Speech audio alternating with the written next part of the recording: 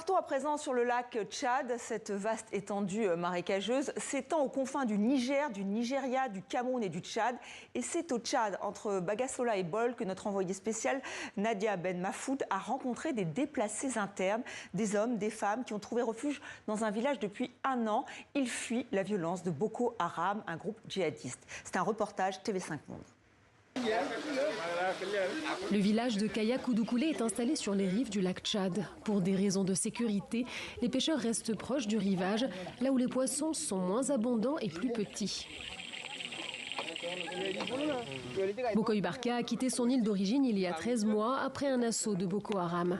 Il fait partie d'un groupement de pêcheurs qui se partagent une barque distribuée par l'ONG Solidarité Internationale.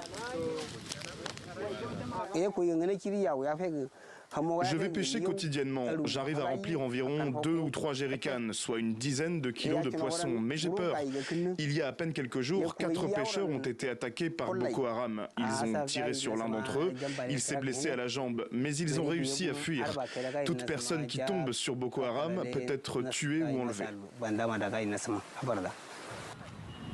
Cette agricultrice a elle aussi quitté son village natal après une offensive terroriste. Boko Haram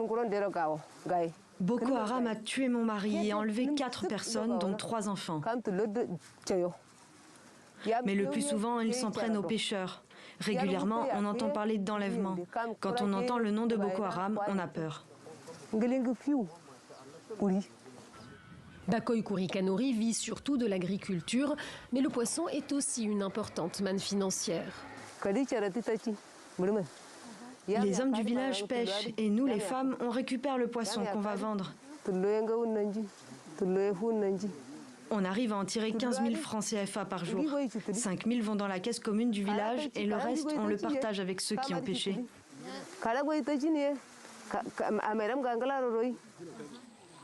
Depuis 2025, le niveau du lac Tchad augmente significativement, ce qui apporte son lot de défis sécuritaires. Le lac grandissant, on a des incursions de plus en plus violentes dans les terres, qui se rapprochent de plus en plus des grandes villes. Alors, c'est pas tous les jours, mais on a une fois toutes les semaines 3 enlèvements, 3 kidnappings d'enfants. C'est beaucoup les enfants qui sont visés, entre 7 ans et 14 ans. Petites filles pour l'esclavage sexuel et petits garçons pour l'enrôlement forcé dans la guerre. Et du coup, tout autour de cette insécurité, c'est très grand, le lac. Donc en fait, on est sur 3 provinces différentes, avec des problématiques complètement différentes. Et là, il est nécessaire qu'on continue à travailler avec ces populations pour ne pas les laisser désœuvrer face à cette insécurité.